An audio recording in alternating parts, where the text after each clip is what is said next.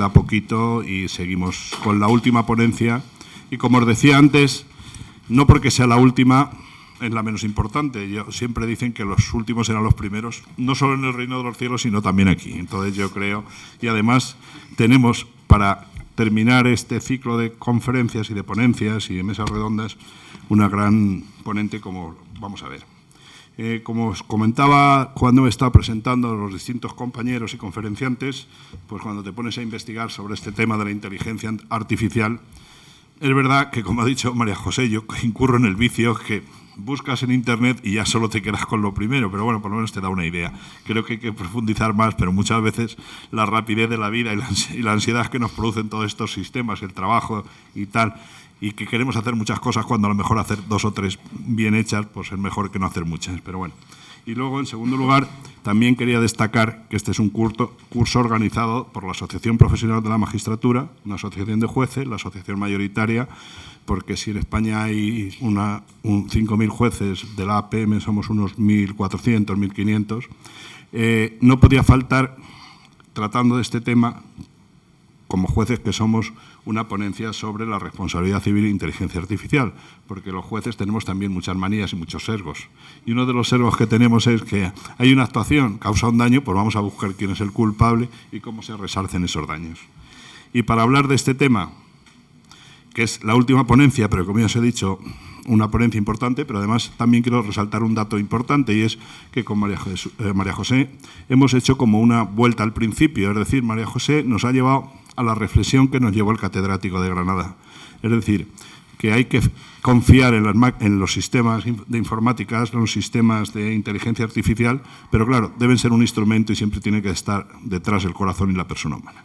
Sin más preámbulos, os presento a la siguiente ponente, que es Pilar Astray Chacón, compañera y amiga de hace mucho tiempo ya, aparte de resaltar su importancia como estudiosa de este tema y de otros muchos temas, quiero destacar también su participación actualmente como miembro del Comité Ejecutivo de la APM, dato que se me olvidó comentar de María José, y que desde esta perspectiva llevan mucho tiempo con nuestra presidenta, María Jesús del Barco, que está acompañándonos hasta mañana, que ya no podía acompañarnos más, defendiendo la independencia judicial, no en beneficio de los jueces, sino en beneficio realmente de los ciudadanos, porque yo creo que la independencia judicial es un beneficio y es algo importante para la sociedad en general, y los jueces simplemente somos un instrumento para ello. Entonces yo creo que desde el Comité Ejecutivo de la APM, en estos momentos, bueno, siempre son difíciles, siempre la independencia judicial siempre está en discusión, siempre hay críticas que son razonables, otras que se van más allá, pero bueno, seguimos, y yo creo que estoy convencido que el Comité Ejecutivo actual lo sigue haciendo y lo seguirá haciendo. Ya expuestas estas cuestiones, simplemente me voy a limitar, como siempre os he dicho, al presentar cualquier ponente, pues 2 o 3 datos de su currículum, porque si expongo todo su currículum, pues entonces hablo yo solo y no merece la pena. Simplemente contaros que es miembro de la carrera judicial, creo que fue en el año 1990 cuando ingresó, en 1990, en 1995 ascendió a magistrada y actualmente está en la Audiencia Provincial de Ciudad Real. Ha sido miembro electo de la Sala de Gobierno desde el 5 de diciembre de 2014 y sigue siendo, o sea, te nombraron y te han reiterado y seguramente te volverán a nombrar ahora en noviembre, seguramente. Y también ha escrito numerosos libros, conferencias sobre temas de responsabilidad civil, temas de menores, y también especialmente ha escrito algunos artículos muy interesantes sobre el tema de la responsabilidad civil y la inteligencia artificial. Y sin más preámbulos, muchas gracias, Pilar, por aceptar esta invitación. Tiene la palabra. Bien, me voy a levantar, se me oye, ¿no? Porque si no es muy difícil manejar la pantalla que está en otro nivel. Cuando Isaac Asimov escribió las leyes de la robótica y se resumió en la ley 0, un robot no puede dañar a la humanidad, era un postulado básico, pero también era una ficción. Hoy en día nos encontramos a los retos no solo de prevenir el daño, sino de resarcirlo si se produce. La preocupación principal en toda la regulación es la responsabilidad extracontractual, sea objetiva o subjetiva por culpa. No la responsabilidad contractual, pues esa se regula por las normas generales. Una de las noticias recientes ha sido que en Corea del Sur, que son muy avanzados con esto, contrató un ayuntamiento un robot para que hiciera tareas administrativas. El robot salió flojo, porque solo se limitaba a llevar un papel o a otro, yo no digo, pero él quiso hacer solo labores de auxilio y entonces estaban muy descontentos. Pero aparte de eso, ¿no? Le funcionaron los sensores y se tiró por las escaleras y se mató directamente.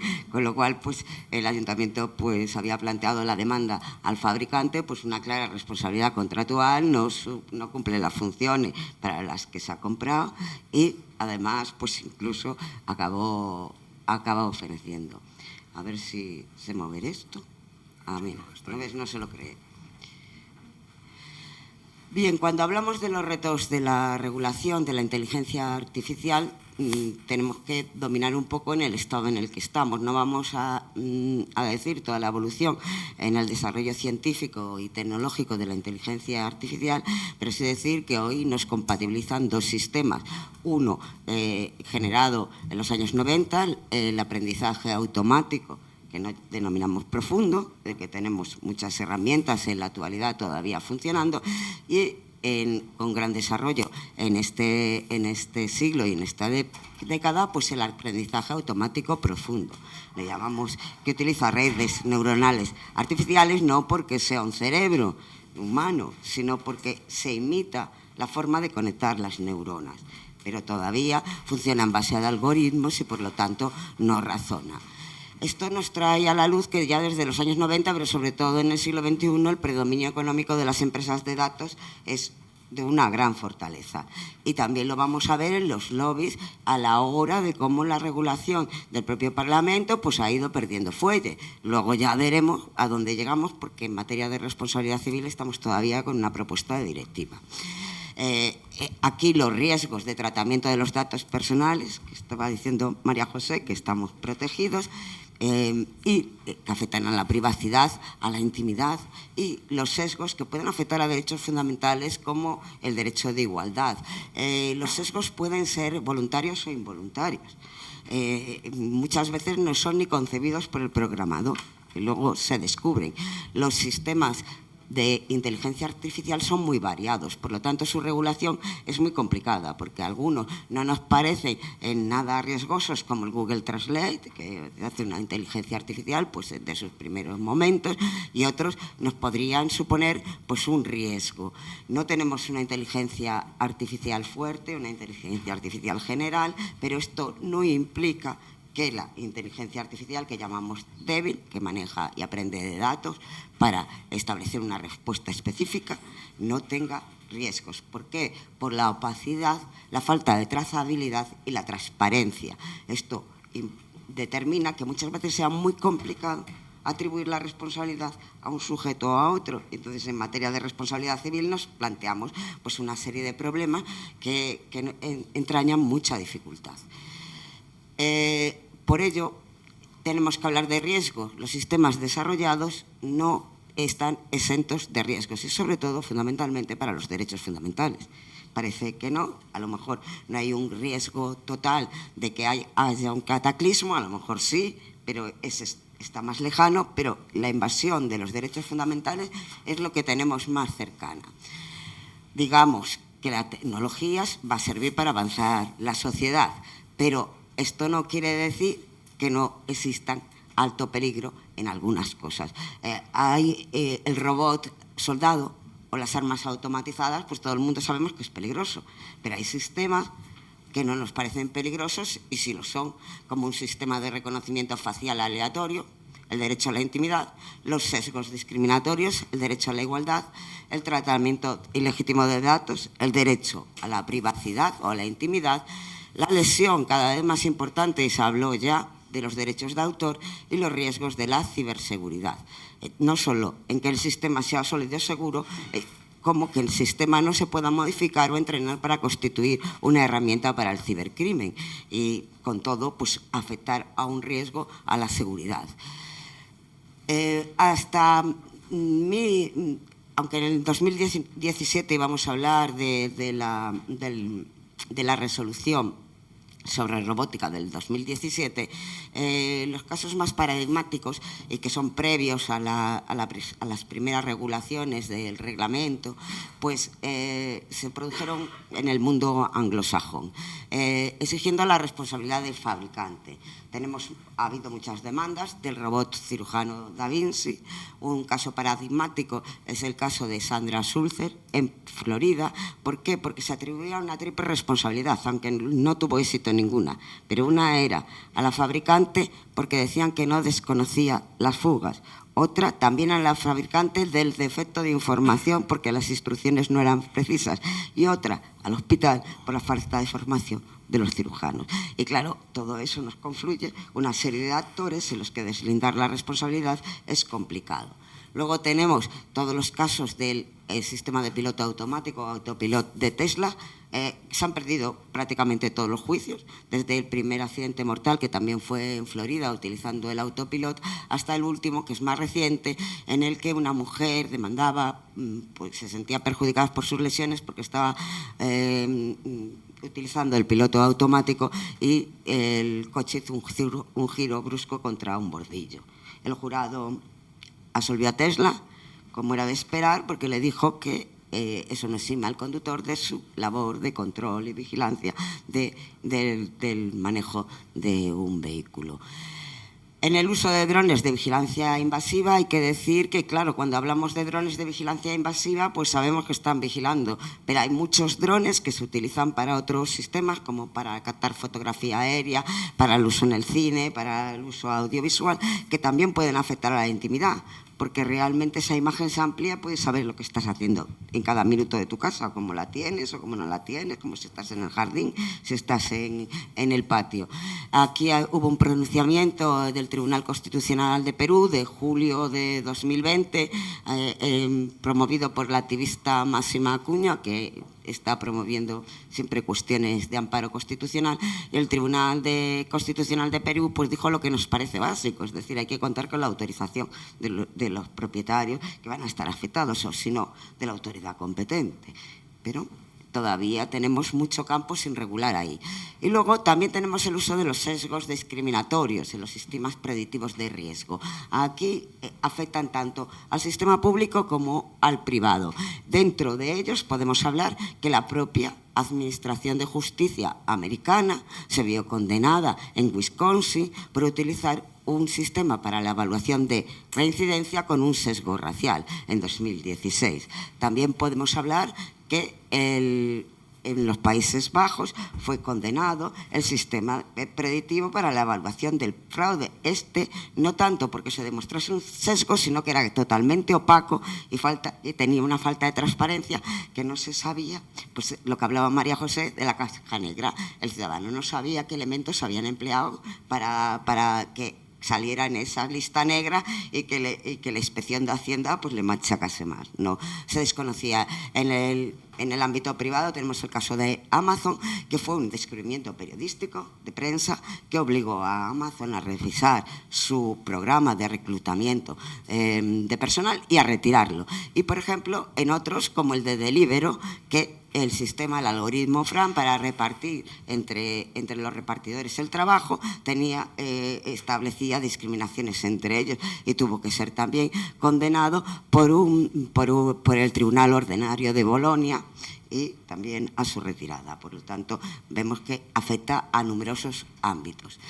Europa es pionera en la regulación de la inteligencia artificial. Hay otros países que van avanzando, como Corea con su carta ética, China y Japón también van a nivel ético. Tenemos una orden ejecutiva de Estados Unidos para la regulación de octubre de 2023 y los primeros pasos también en Australia.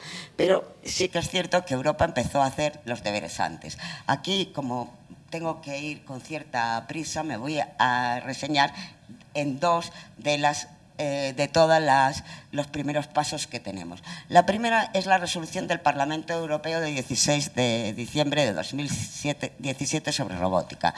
Aquí se plantearon muchas cosas y de verdad que se iba con un cierto sentido a decir lo que decía Eloy ayer. Luego veremos que se ha quedado en aguas de borrajas, que como no sabemos quién es el responsable, pues que pague. Pues no, eso ahora se ha quedado en aguas de borrajas.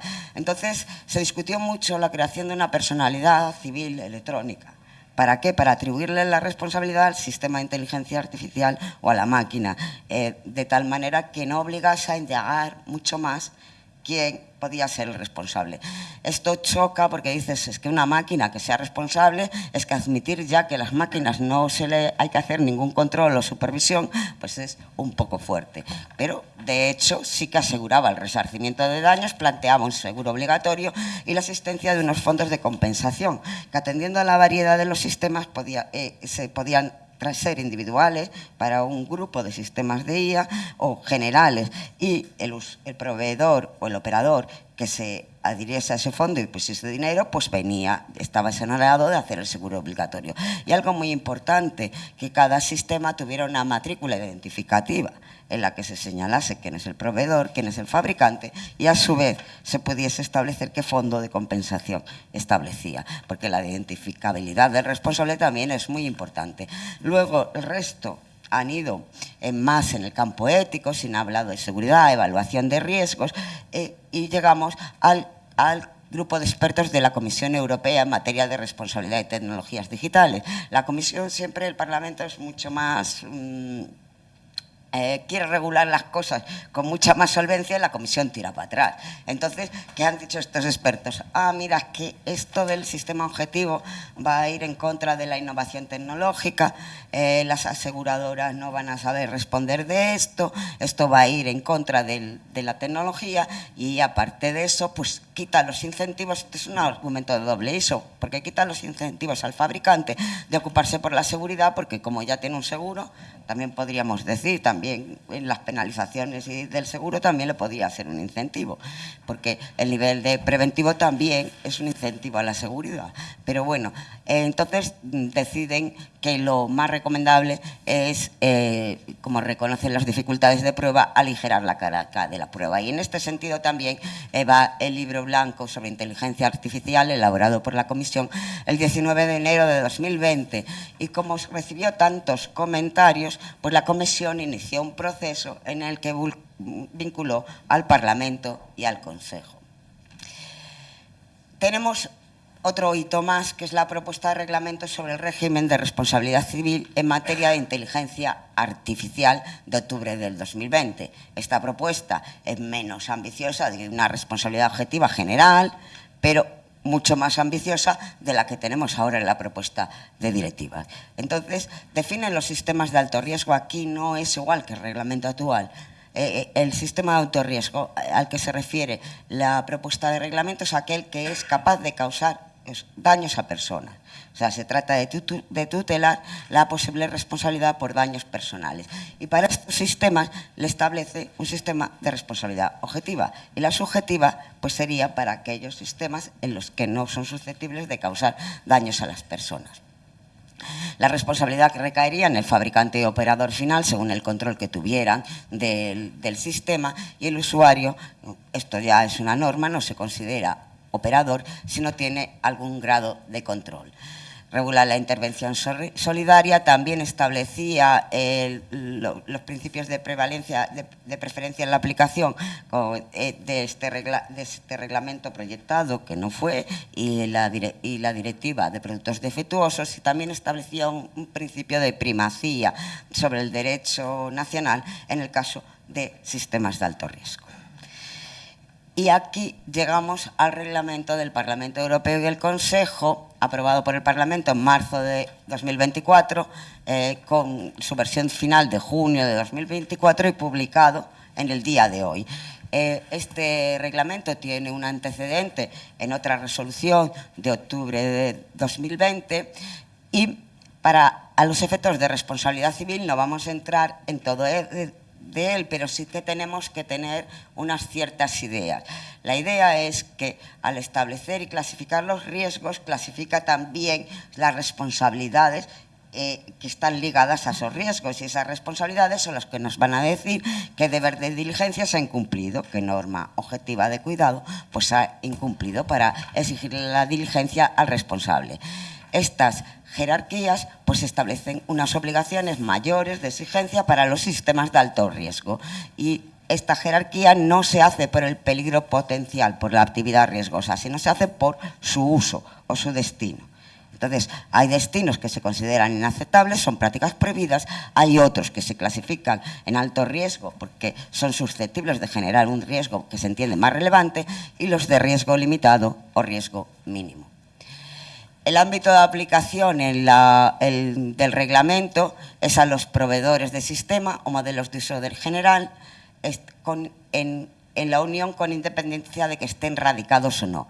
También a los responsables del despliegue, porque los desarrolladores del producto son muy importantes a la hora de hacer sobre todo reevaluaciones de riesgo, y por lo tanto también se le aplica el reglamento, que están establecidos en la Unión, aunque estén en un tercer país, si tienen la información de salida de que del sistema de inteligencia se utiliza en la Unión. A los importadores y distribuidores, a los representantes autorizados de los proveedores cuando los proveedores no radican en la Unión, y a los usuarios de sistema, entendiendo los que explotan económicamente los mismos. Los usuarios son los que reciben pues algún tipo de beneficio por lo mismo, no el usuario no profesional.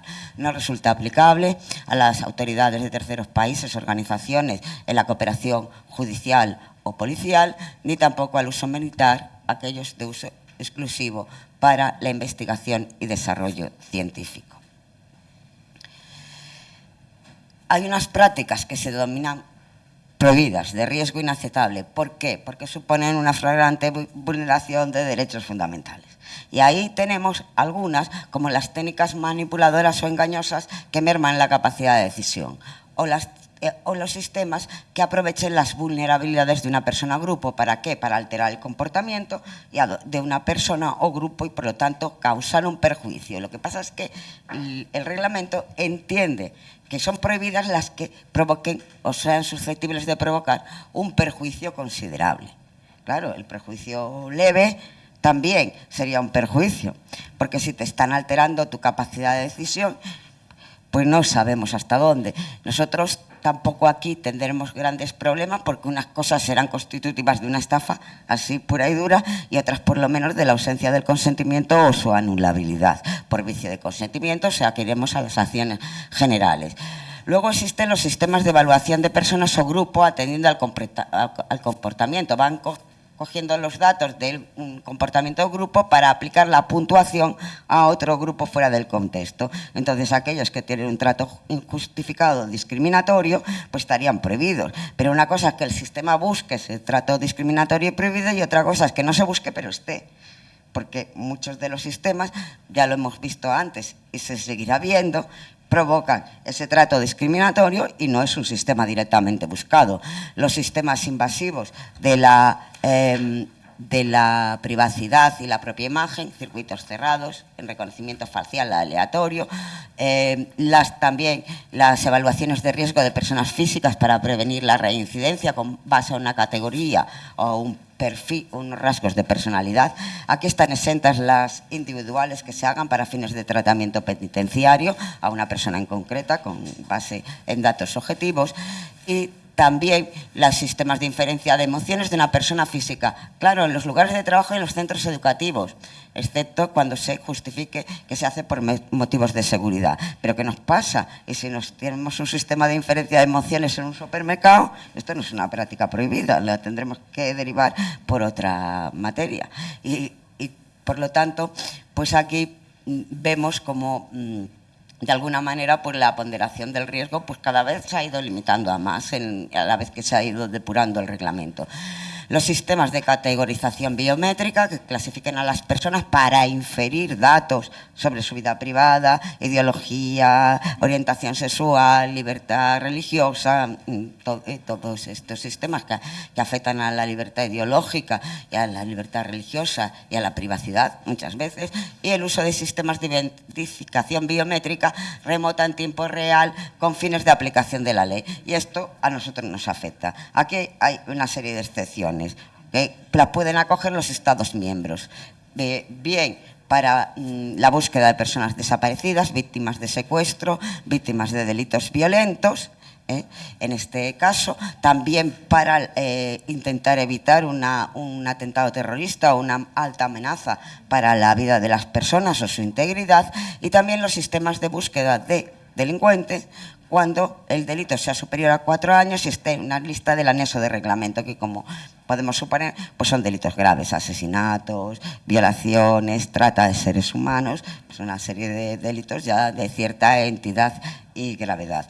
Pero queda a nivel de que cada Estado miembro pues vaya definiendo qué prácticas más o menos las defina. Los sistemas de alto riesgo.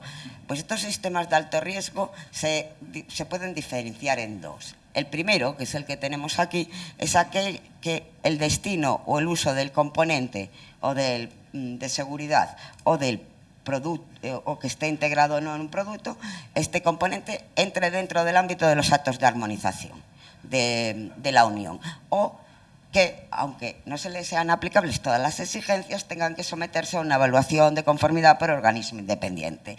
Entonces, ¿cuáles son estos actos de armonización? Los recoge el reglamento, son eso primero, y no vamos a desarrollarlos todos porque son un montón, pero simplemente quedarnos que son aquellos sistemas en los que la seguridad es un elemento importante. Por ejemplo, homologación de vehículos, ascensores, aparatos o sistemas de protección en la atmósfera potencialmente explosivas, instalaciones de transporte por cable, aviación civil, pues en todas estas materias que genera riesgo. Y luego también hay otros sistemas clasificados de alto riesgo, porque se ha evaluado que presentan por su destino un riesgo significativo, bien a la salud, a la seguridad o a los derechos de los ciudadanos o al medio ambiente. En este caso también lo regula el reglamento en una serie de ámbitos. Vamos a decir que hay una regulación muy extensa de los ámbitos concretos, pero se pueden resumir en identificación biométrica y categorización de personas, gestión de infraestructuras esenciales, educación y formación profesional, empleo, gestión de trabajadores y acceso al autoempleo, acceso y disfrute de los servicios públicos esenciales, asuntos relacionados con la aplicación de la ley, migración, asilo y control fronterizo, y lo que nos afecta también a nosotros, que somos jueces, administración de justicia y procesos democráticos. Estos sistemas de alto riesgo tienen una serie de exigencias. ¿Qué exigencias tienen? Pues la primera en la gestión de riesgos. Claro, el reglamento nos dice los conocidos y previsibles. Claro, lo que no está previsible, no es previsible ni conocido, pues no va a ser evaluado. Aquí funcionamos siempre con el estándar de la ciencia. Nosotros en la Directiva de Productos Defectuosos al menos tenemos una excepción, que no se puede argumentar el estándar de la ciencia cuando afecta a productos de salud o de alimentación. Pero el estándar de la ciencia es el que es, pero a veces, si no podemos dominar, quizás no sería recomendable que lo pusiéramos en funcionamiento. De todas formas, se exige la evaluación y documentación, y esto no exime de la reevaluación periódica, pues si se detecta un nuevo riesgo. La gobernanza de datos, en lo que ha hablado mucho María José, adopción de medidas de estándar de calidad para evitar los sesgos y errores, que exista una documentación técnica disponible y actualizada, que exista un registro de eventos significativos. Ese registro de eventos significativos van a obligar al proveedor a hacer una nueva evaluación y a adoptar las medidas necesarias que sea conveniente. O sea, la diligencia no se centra solo en el registro de eventos. La transparencia y suministro de información a los usuarios. Aquí se regula la necesidad de información precisa y clara para quién va a utilizar, de tal forma que siempre se va a derivar una responsabilidad al fabricante si las instrucciones no son correctas, y si el operador está realizando, pues conforme a las instrucciones, pues está realizando todos sus pasos. La necesidad de vigilancia y supervisión humana y los requisitos de precisión, solidez y ciberseguridad. Por lo tanto, tendremos que presumir que hay un deber normativo de cuidado cuando dichas obligaciones se incumplen. Lo dice la directiva, pero aunque no lo dijera, también está claro, son unas obligaciones, no se cumplen, pues infringe el deber de diligencia. Además, hay una serie de obligaciones para los responsables del despliegue. adoptar las medidas técnicas y organizativas conforme a las instrucciones. Aquí se agota su responsabilidad. Si el proveedor pues toma las instrucciones o ha omitido datos, pues tiene que asumir la responsabilidad. Asumir la responsabilidad en la elección de personas que se encarguen de la supervisión humana. Habla de autoridad, solvencia, formación, el control de los datos y la vigilancia del sistema, y también hacer evaluaciones del riesgo en el despliegue, que son muy importantes, sobre todo en la afección a los derechos fundamentales. Responsabilidades que nuestro derecho serían todas al amparo del 1902, aunque nos responsabilidad por hecho propio, que nos podría plantear, hombre, la segunda puede ser una culpa in eligendo del artículo 1903, pero como la ley les atribuye la responsabilidad directa de elegir a la persona con autoridad, cuando no elige una persona con autoridad, el trabajador no sería el responsable, sino sería la empresa. El derecho de repetición se corta porque ya no es al amparo del artículo 1903. Los sistemas de riesgo limitado o de riesgo mínimo son aquellos que interactuar con personas físicas. Entonces tienen que anunciar, tienen que ser transparentes y que la persona, el ciudadano, sepa que está interactuando con una inteligencia artificial. También se habla mucho de que se genere pues una serie de códigos de conducta para todos estos sistemas. Y lo que es muy importante es la regulación de los sistemas de propósito general. En las enmiendas al Parlamento se hizo mucho hincapié en estos sistemas de propósito general, que no son de inteligencia general, son sistemas de inteligencia artificial de la que tenemos ahora, pero que son fácilmente convertibles porque se pueden entrenar o modificar para que no están destinados a un sistema de alto riesgo en principio, pero que puedan destinarse a un sistema de alto riesgo. Entonces, que hay que someterlos a vigilancia. ¿A quién se le encarga esa vigilancia y evaluación? A la comisión y al grupo de expertos que crea la comisión a través de esa evaluación. Y de estos tenemos unos generales, de propósito general, que se agotan con unas diligencias de información, de gestión de riesgos, de cuando detecten un riesgo comunicarlo al grupo de expertos y a la comisión, y unos sistemas que se llaman de propósito general de riesgo sistémico. ¿Y cuáles son estos? Pues los que la comisión ha evaluado que tienen un mayor riesgo de poder ser abarcar un destino de alto riesgo. Aquí el reglamento le impone obligaciones específicas de evaluación de riesgo, vigilancia de incidentes graves, aplicación de medidas correctoras, ciberseguridad y los códigos de conducta. Los códigos de conducta, además, aquí se establece que si el proveedor o el responsable del despliegue no se adhiere al código de conducta que exista, deberá acreditar ante la comisión que va a obtener sus objetivos por un resultado alternativo. Bueno, pues en esta evaluación pues se va a encargar la comisión y tendría que estar vigilante pues de que esto, dentro de lo posible, que yo lo dudo porque a veces es muy difícil vigilar todo esto, es poner puertas al campo, pues de que se utilicen los sistemas o no. Con esto llevamos a la propuesta de directiva del Parlamento Europeo y del Consejo para adaptar las normas de responsabilidad civil extracontractual. Vimos que estábamos en la responsabilidad objetiva, que hablábamos de sistemas de alto riesgo por daños personales. Ahora ya vemos que no, que los altos riesgos son por su uso destino, tal como lo hemos analizado antes. Y ¿a dónde hemos llegado? Pues a hacerle caso a la comisión y a decir que bueno, que esto de la responsabilidad objetiva pues ya lo veremos con tiempo. Pero como no hay una inteligencia artificial fuerte y la inteligencia es débil, pues siempre se podrá atribuir la responsabilidad a una persona humana. Entonces vamos a armonizar un régimen subjetivo por culpa en todos los estados para facilitar o aligerar la carga de la prueba. Entonces, bueno, pues está en trámite de evolución porque ha quedado parada por el desarrollo del reglamento. Supongo que ahora empezarán a seguir los trámites de dicha directiva y a lo mejor podemos ahí incluso aventurar modificaciones, pero por ahora está en ese nivel. ¿Qué plantea la directiva? Una revisión, una reevaluación para ver si se adopta un sistema de responsabilidad objetiva o la obligación de un seguro para ciertos sistemas a los 5 años. 5 años desde su transposición. Esto era en el 2022, estamos en el 2024, no sabemos cuándo se va a llegar a obligar, cuándo va a ser el plazo de transposición, con lo cual a lo mejor fiamos todo a un periodo muy largo.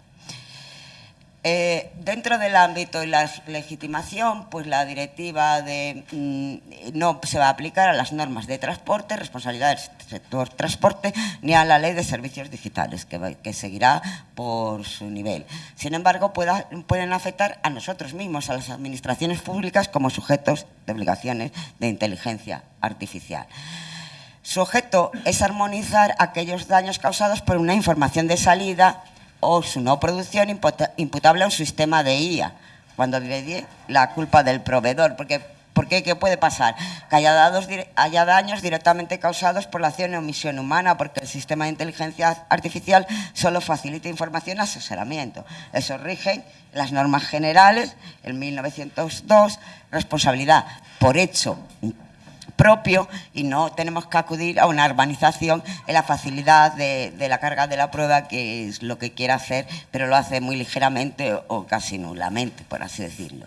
Reconoce la legitimación para interponer demanda de daños no solo a los que perjudicados, sino a quienes han subrogado su derecho. Esto lo tenemos nosotros en nuestro derecho, y también reconoce la acción colectiva en nombre de una o varios perjudicados. También nosotros tenemos la posibilidad de acciones colectivas de los consumidores y usuarios, por lo tanto, pues tampoco no nos va a modificar mucho. Entonces, ¿en qué se orienta la directiva? Pues justamente en tratar de aligerar la carga de la prueba, estableciendo unas diligencias preliminares de exhibición de prueba y una inversión, por así decirlo, una presunción muy limitada en el caso de la prueba del hecho causal, del nexo causal. En cuanto a las diligencias preliminares, pues sus presupuestos son que el demandante acredite la apariencia del buen derecho. Aquí se habla con prestando pruebas o hechos suficientes que sustenten la viabilidad de la demanda, que haya acreditado que al fabricante o proveedor le ha pedido la información y no se la ha dado, que sean razonables también los intentos proporcionados, es decir, si el fabricante no sabemos dónde está, pues él ha escrito una página web de 300 veces, aunque no le haya llegado al propio fabricante, pues es un intento razonado para realizar y para poder pedir ante el tribunal que le exhiban las pruebas. En cuanto, una vez acordada su exhibición, si se niega, pues establece una presunción juris tantum de culpabilidad del incumplimiento del deber de diligencia, es decir, presume la culpa porque no has aportado las pruebas. Esto no altera, como hemos visto, ninguna regla aplicable en nuestro derecho en cuanto a la posibilidad, como diligencia preliminar, de la exhibición de documentos y pruebas en poder del demandado, así como la aplicación del principio de facilidad probatoria en el examen de la carga de la prueba, con lo cual, pues, está bien armonizar, pero nosotros no vamos a tener una repercusión especial de esta directiva. ¿Qué nos pasa en la relación de causalidad en el daño en la culpa? Pues vamos a ver que la presunción de causalidad es tan débil que era mejor decir estar quietos, porque para esto pues ya lo tenemos. Bueno, pues establece una presunción de causalidad para sistemas de alto riesgo y una presunción de causalidad limitada para sistemas no de alto riesgo, aplicable cuando el órgano jurisdiccional considere excesivamente difícil para el demandante demostrar el nexo causal. Principio de facilidad probatoria, estamos en el mismo nivel que estamos con la aplicación de las normas generales de nuestro derecho. Esta no es aplicable si se demuestra que el demandante puede acceder a esas pruebas, es evidente, y que tiene conocimientos especializados suficientes. También, por arreglar el principio de facilidad probatoria, no tendría que invertirse, porque también la tiene el demandante. Y cuando el demandado no es profesional, solo es aplicable cuando se acredite que ha interferido sustancialmente en las condiciones de funcionamiento del sistema de inteligencia artificial, o tuviese la obligación y pudiera determinar las condiciones de funcionamiento y no lo hubiera hecho. Por ejemplo, no lo hubiera parado o no lo hubiera detenido cuando lo podía hacer. Bueno, se trata de una presunción juris tantum que los juristas establecemos, que es destruir prueba en contrario. Entonces siempre el demandado puede probar que no existe esa relación de causalidad. Pero si detenemos en los requisitos que nos exige la directiva para poder aplicar esta presunción de casualidad, tenemos el primero, que se acredite la culpa del demandado con las reglas nacionales o de la Unión aplicable. Y nos dice lo que vamos a ver. Si yo entiendo que es obvio, dice, se presume la culpa cuando el demandante acredite el incumplimiento de los requisitos exigidos en el reglamento de inteligencia artificial.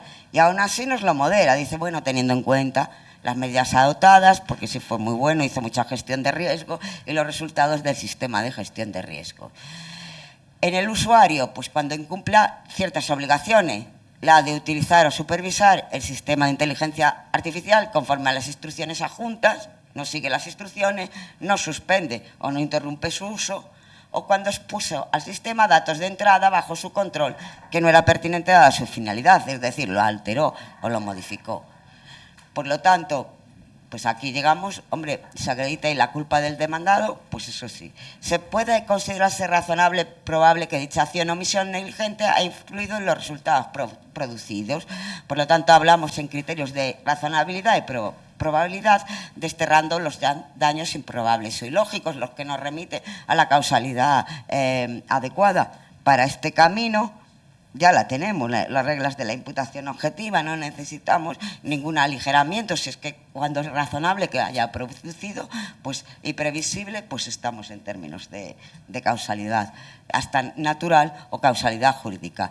El daño producido, por lo tanto, debe ser uno de los que pretenden evitar dicho deber de conducta. Si no tiene nada que ver la infracción que hemos hecho con el daño provocado, no habrá causalidad y, por lo tanto, no estamos en ningún tipo de presunción. Y también le atribuye al usuario que acredite que la información de salida del sistema de IA o la producción de dicha información de salida le causa daño, es decir, la prueba del daño. Por lo tanto, a ver, esto, Susana Navarro, profesora de Barcelona, de la Universidad de Barcelona, dice que aligera poquito la carga de la prueba. Yo ya no sé si la aligera. En nuestro derecho, aplicando las reglas generales, obtendríamos el mismo resultado. En los términos de razonabilidad y probabilidad, conectan con la causalidad natural, que nosotros llamamos la causalidad fáctica, la del hecho, que el hecho pues, sea razonablemente que provoque ese resultado, y la causalidad jurídica. ¿Qué es la causalidad jurídica? Pues los criterios de imputación que manejamos para no llegar a resultados absurdos, que pudiera ser atribuir pues una responsabilidad de un daño que no está interconectado, porque en principio decimos, bueno, pues ha existido este incumplimiento y hay un daño. Entonces, pues hay que sacar. Hay que también desterrar pues que haya interferencias diferentes y, por lo tanto, la conducta en términos de probabilidad exacta para producir el daño, causalidad adecuada, y la norma infringida evitaría el daño producido, fin de protección de la norma. Con lo cual, aquí estamos en el mismo camino. Yo no llego a la conclusión de que se aligere nada. ¿Cómo encajamos la responsabilidad civil en nuestro derecho sin directiva? Pues tenemos sistemas de responsabilidad objetiva. Los sistemas, cuando el sistema de inteligencia artificial o sus componentes entren dentro de actividades de riesgo, a las que la ley predica una responsabilidad objetiva o cuasi objetiva, pues cuasi objetiva lo decimos porque es exonerable por la culpa, demostrando la culpa del perjudicado o una fuerza mayor extraña al ámbito en el que se está manejando el sistema y está en el control, pues en este caso pues entraría dentro del sistema de responsabilidad objetiva. Por ejemplo, circulación de vehículos a motor, navegación aérea, energía nuclear y un alto, etcétera. El uso de un sistema de inteligencia artificial en un vehículo no eximirá al conductor de sus obligaciones ni a su aseguradora, porque aunque sea más avanzado que los sistemas de autopiloto que tenemos ahora, y aunque sea más automatizado, el artículo 1 de la Ley de Responsabilidad Civil y Seguro solo permite exonerar la fuerza mayor extraña a la conducción, con lo cual nunca va a ser el sistema incorporado en el vehículo extraño a la conducción y, por lo tanto, no dará lugar a ninguna exoneración. También nos aplica, en cuanto a los productos de inteligencia artificial con destino a una actividad anormalmente peligrosa, pues tenemos, por ejemplo, que el sistema o componente de inteligencia artificial se utiliza en una actividad de alto riesgo y, por lo tanto, aquí en ese alto riesgo no estamos en el concepto de alto riesgo de reglamento por el uso, sino en el concepto de actividad anormalmente peligrosa, es decir, una actividad riesgosa en sí. Como conocemos, la jurisprudencia establece, lo reitera, que el riesgo no puede ser considerado un título de atribución o imputación de la culpa. pero destaca como excepciones los riesgos extraordinarios, el daño desproporcionado y la falta de colaboración del causante del daño. La actividad peligrosa debe de ser un riesgo anormal y los daños causados o susceptibles de causarse especialmente significativos por su frecuencia, alcance o gravedad. Esto, en realidad, lo que determina la aplicación de lo que conocemos de la doctrina del riesgo es establecer un estándar más alto de diligencia. Tú estás generando un peligro, un alto peligro, pues debes de adoptar una mayor diligencia. Y se establece lo que algunos dicen, inversión de la carga de la prueba. No es una inversión de la carga de la prueba, es mejor decir que es un principio de facilidad probatoria que lleva consecuencias similares, las que podríamos entender tanto sobre la obligación de colaboración de la gente, no colaboro, como en la inversión probatoria, presunción de causalidad que tiene la directiva. Con lo cual estamos en lo mismo. Responsabilidad subjetiva por hecho propio o por hecho ajeno. Llamamos responsabilidad subjetiva cuando hay que acreditar la culpa o negligencia de la persona a la que reclamamos. Mientras que estos sistemas puedan relacionarse con el deber de colaboración o supervisión del sujeto que interactúa con ella, podrá atribuirse la responsabilidad por hecho propio con base a 1902 del Código Civil. Responsabilidad por el daño ajeno causado por un hecho propio. Pero la cuestión no deja de ser compleja en supuestos de cierta autonomía o dinámica en el aprendizaje.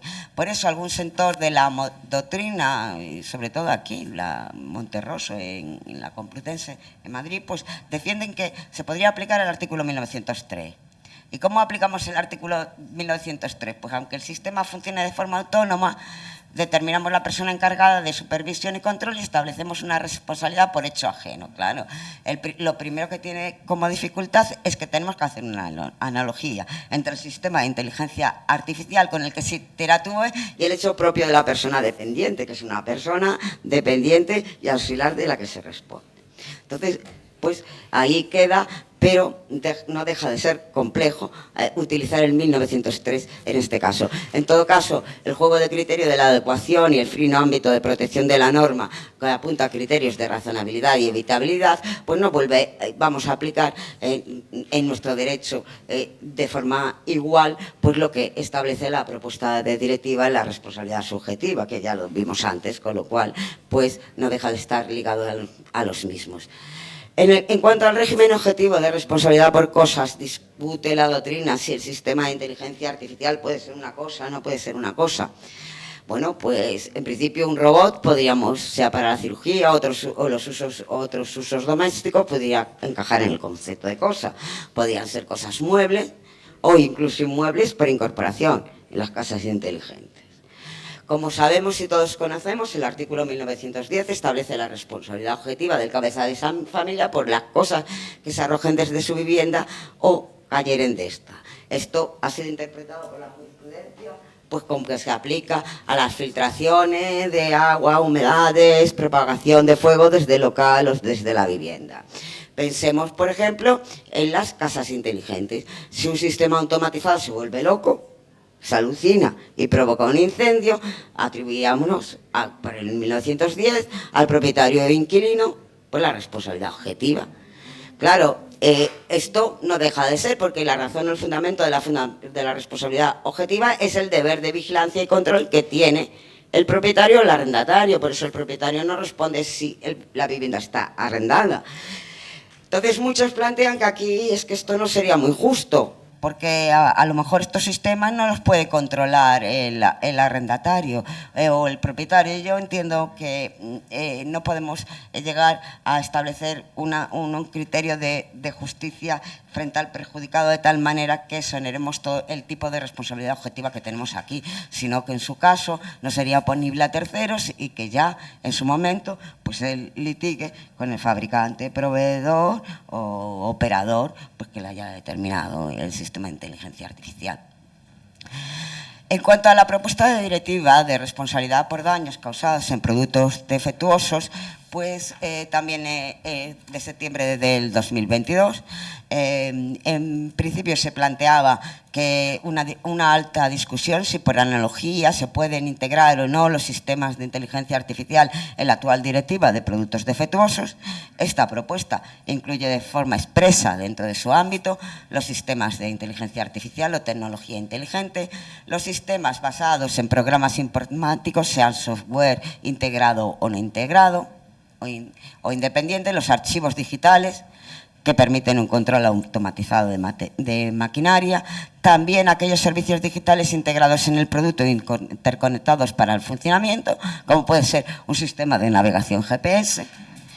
Y como tenemos que recordar, aquí ya nos olvidamos de la responsabilidad subjetiva porque estamos en responsabilidad objetiva, la del fabricante o los asimilados a ellos. Probando el defecto, la ley atribuye la responsabilidad al fabricante sin necesidad de que se pruebe la culpa.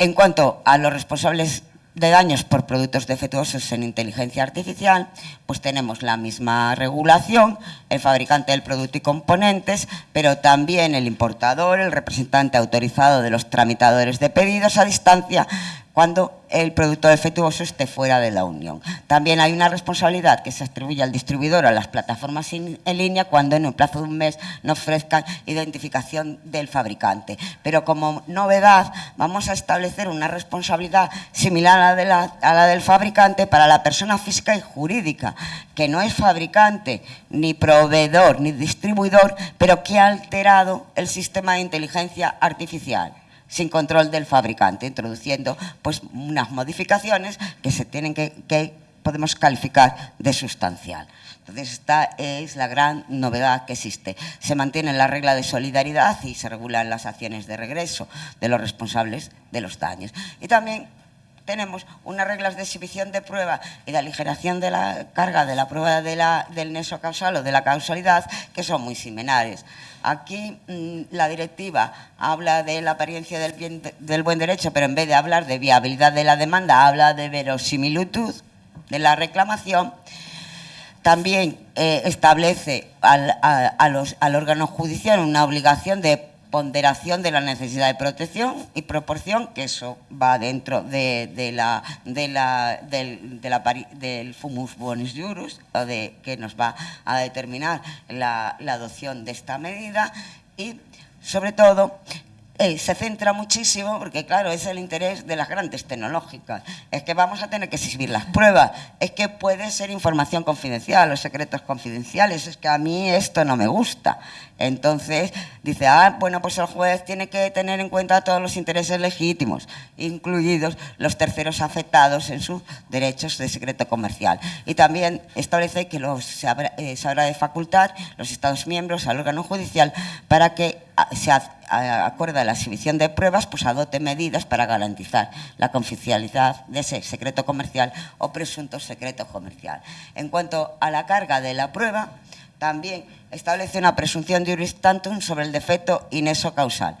Nos dice, en casos complejos, que el juez aprecie una complejidad, que la puede demostrar, que no existe esa complejidad, el demandado, o cuando los productos no cumplen los requisitos de seguridad. Bueno, esto ya es que estamos en una presunción. La directiva de productos defectuosos justamente son tales, no cualquier defecto, sino el que afecta a la seguridad. Se presume defectuoso el producto cuando el demandado haya cumplido la obligación de exhibir las pruebas, la misma conclusión de las directivas, no colaboración del agente, principio de no colaboración del agente, el demandante demuestre que su producto no cumple los requisitos de seguridad establecidos en el derecho de la Unión o nacional, o cuando se demuestre que el daño fue causado en una situación de normal funcionamiento. No son 3 requisitos, nos vale uno solo, no son alternativos. Y también cuando se haya comprobado que el producto es defectuoso y el daño causado sea de un tipo compatible como normalmente del defecto en cuestión. Estamos otra vez en la causalidad adecuada. También establece que la posibilidad de que el juez presuma defectuoso el nexo causal cuando hay una gran complejidad técnica y científica para demostrar la relación entre el defecto y el daño, y en todo caso requiere que el demandante haya demostrado por pruebas pertinentes que el producto contribuyó a los daños, es decir, acierta a ello, no sé, aquí lo estamos presumiendo, pero luego si lo hay que demostrar, pues estamos demostrando ya el nexo causal. Y lo segundo, que el producto el producto defectuoso sea causa probable de los daños, que estamos otra vez en la causalidad adecuada. No vale que el producto sea defectuoso, sino que ese defecto tenga alguna relación con los daños. Si no tiene ninguna, pues no habrá responsabilidad. Sabemos que la directiva de productos defectuosos en la actualidad se dejó en manos de los Estados miembros el establecimiento de las causas de exoneración. Hoy en día se armonizan las causas de exoneración de responsabilidad, pero a nosotros no nos afecta, porque son similares a las que recoge el artículo 140 del texto refundido de la Ley General para la Defensa de Consumidores y Usuarios. Son causas que en definitiva reconducen a la ausencia de control del defecto del daño. Pero en esta materia nos introduce una novedad, que es el operador económico no está exento de responsabilidad siempre que pueda tener algún control del fabricante cuando se trata de un servicio con eso, que debe de ver su compatibilidad o no, en programas informáticos y actualizaciones o mejoras, o incluso en la falta de actualización o mejora de los programas informáticos. O sea, que siempre que el fabricante tenga un control, va a responder, aunque sea el usuario el que no lo ha autorizado. En cuanto al daño resarcible, se amplía a pérdidas de destrucción y corrupción de datos que no son profesionales. Tenemos una ampliación, y ahí los derechos fundamentales, bueno, dice, pues bueno, ya lo veremos en otra legislación que se abarque en el futuro. La prescripción se regula exactamente, lo único que el periodo de manifestación del daño desde la puesta en circulación son 10 años, pero se amplía a 15 cuando no se ha podido incoar un procedimiento en el plazo de 10 debido a la latencia del daño corporal. Y una vez detectado el daño o estando en condiciones de demandar, pues 3 años. Bueno, se me ha ido para atrás, tengo que volver para atrás. Bueno, para llegar a las consideraciones finales, simplemente decir, porque ahora va solo, que pues todo esto nos plantea un escenario complejo en el que vemos que la responsabilidad subjetiva que se pretende armonizar no nos va a afectar mucho a nosotros en la aplicación de nuestro derecho y en la consolidación jurisprudencial de los criterios de causalidad. Y nos llega el planteamiento de que si esos 5 años no son muy largos, si no debíamos de volver al 17, por lo menos en los daños personales, asegurar pues en que establecer el sistema de responsabilidad objetiva. Y además, bueno, mirad, me voy a establecer el sistema de responsabilidad objetiva y establecer un sistema de aseguramiento obligatorio, al menos también la identificación del sistema, porque yo creo que es muy importante que el usuario conozca o el perjudicado conozca a quién debe demandar. Cabe apuntar la solución de fondos de compensación, y ahora se nos dice las empresas aseguradoras no pueden enfrentar este reto porque no hay cálculo de las primas y puede llevar incluso a la quiebra del sistema. La van a tener que enfrentar en los supuestos que ya tenemos objetivado. Y con esto termino, que ya me están diciendo que el tiempo...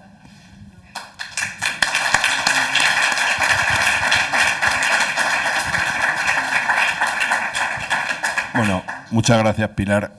No quería cortarte, lo que pasa es que si no, no hay posibilidad de que haya un pequeño debate, y yo creo que también lo importante de esto es que alguien del público, si quiere, además este tema, la responsabilidad civil lógicamente siempre existe, pero claro, en este tema tan novedoso de la inteligencia artificial, que el servidor puede estar en China, puede estar en Rusia, y luego hay un intermediario aquí o otro intermediario en Estados Unidos, pues entonces plantea problemas, y plantea problemas de aseguramiento, plantea problemas de autoría, o sea, y además tú lo has expresado y has explicado muy bien la situación actual y los futuros reglamentos o las bases. Entonces, muchas gracias por tu magnífica exposición, y bueno, y por lo menos si algún día nos causa un daño a lo mejor podemos reclamar, y luego ya veremos luego a quién, si es a los juzgados de lo mercantil, si es a los juzgados de lo civil, pues eso ya sería otro tema mucho más futurible. Entonces, si alguien quiere hacer alguna intervención, porque queda un cuarto de hora para la clausura del curso. Begoña, por favor.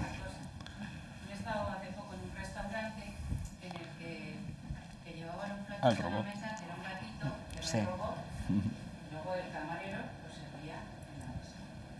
Y me pregunto, si ese robot que va cargado de platos con comida, también tropieza o se cae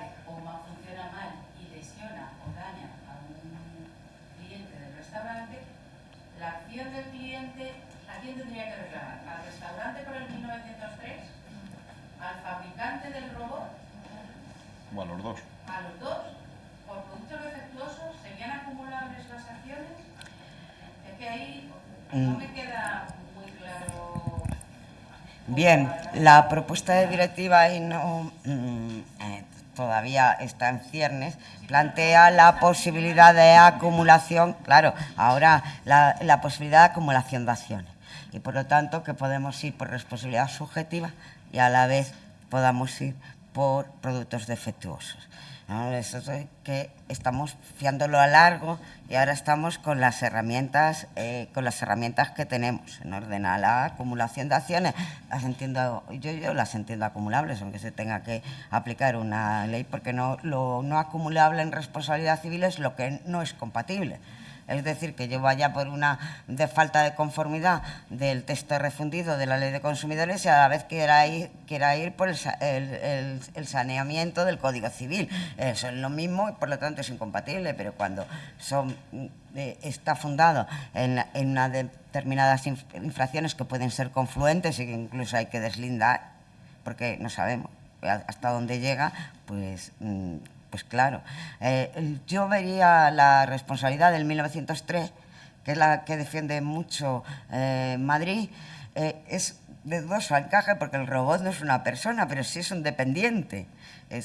A lo mejor en muchos casos confusos vamos a tener que tirar por ahí. Muchas gracias. Sí, Álvaro, ¿alguien quería...? ¿Alguien más quiere hacer alguna pregunta, alguna consideración? Bueno, pues yo creo que como ha sido un curso muy intenso, yo por lo menos he aprendido, espero que vosotros también, y por lo menos nos hemos acercado a estas no tan nuevas herramientas o sistemas. Agradeceros a todos la presencia y si nos importa, esperamos, como está menos cuarto, que será muy corto en los que podáis asistir y muchas gracias. Pero esto lo digo en privado para nosotros, ya lo tenéis luego en público. Muchas gracias a todos.